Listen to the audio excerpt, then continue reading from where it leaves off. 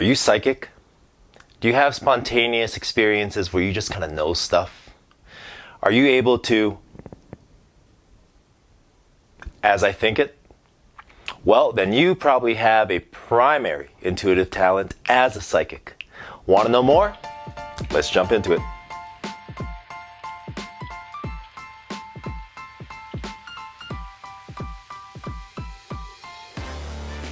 Welcome back, adepts and initiates. We are on to our psychic intuitive talents today. We're going to be talking a little bit more about the different applications and areas that psychics can really master and enable to really support in their own lives, both personally and professionally.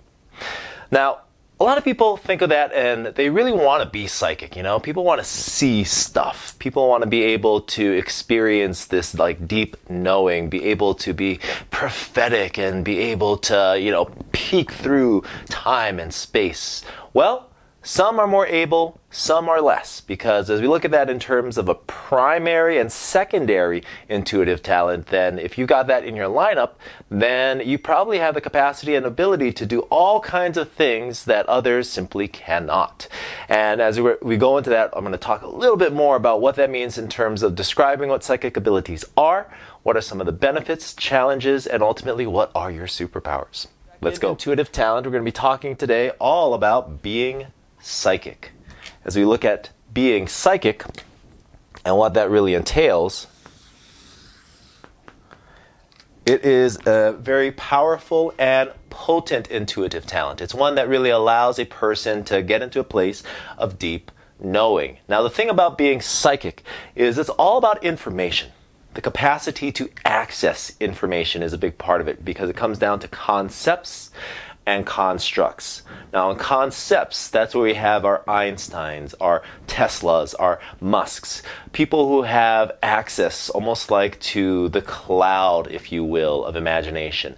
And this can be both in terms of just strict data as well as high creativity too. And so looking at that, maybe kind of like a Google Doc or a Google workspace, right? You have all of these different files, and these different files have different information that you can access. And sometimes you only have the capacity to access a certain file because it's password protected, right?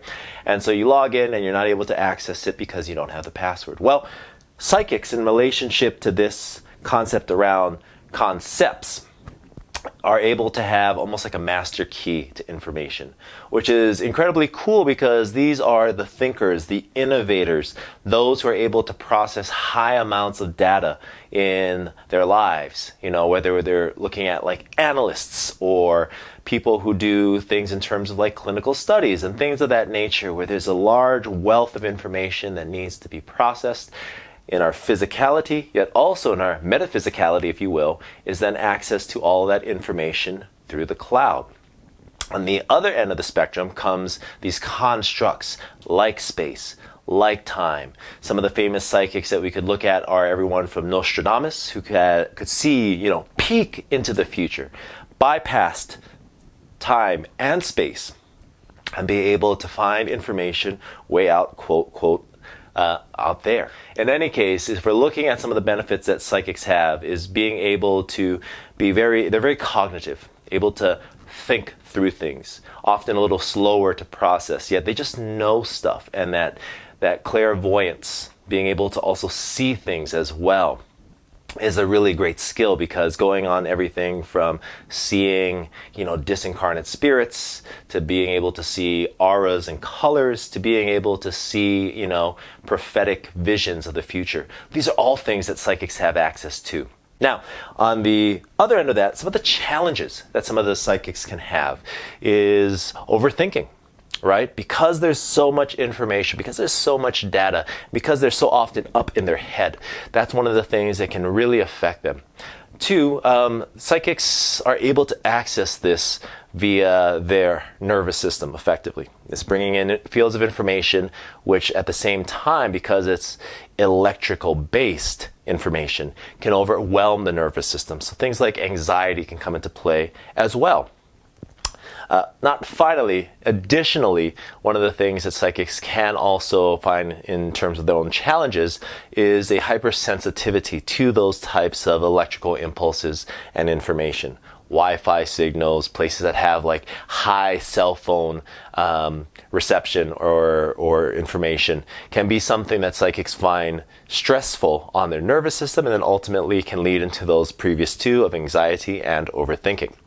However, there are ways that psychics can obviously, as well as you and I, incubate against that. And in doing so, then allows for the natural superpowers that psychics have to really flourish. As I mentioned, there's already a few that have come up. Things like remote viewing, things like prophetic visions, things like access through the imagination to visionary art, to things like innovative information, being able to be those who are effectively the seers, to support in terms of not just the acquisition of information, being able to process it too, because we can have these visions, yet for many of us, we don't have necessarily the computing skill to be able to process that amount of data. It's like applying a pocket calculator to something that a quantum computer can process almost instantaneously, right? We'll get there eventually. However, psychics can do it like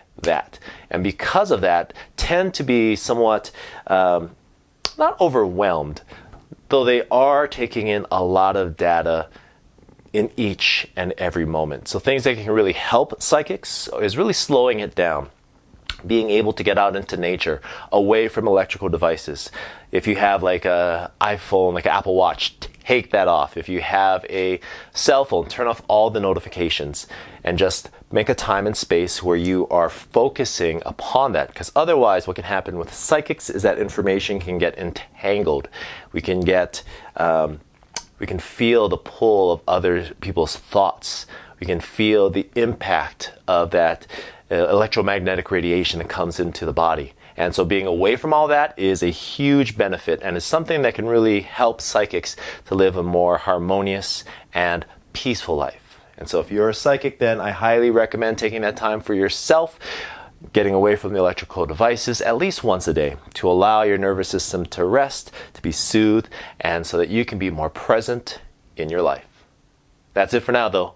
Love and aloha, take care, and ahui ho.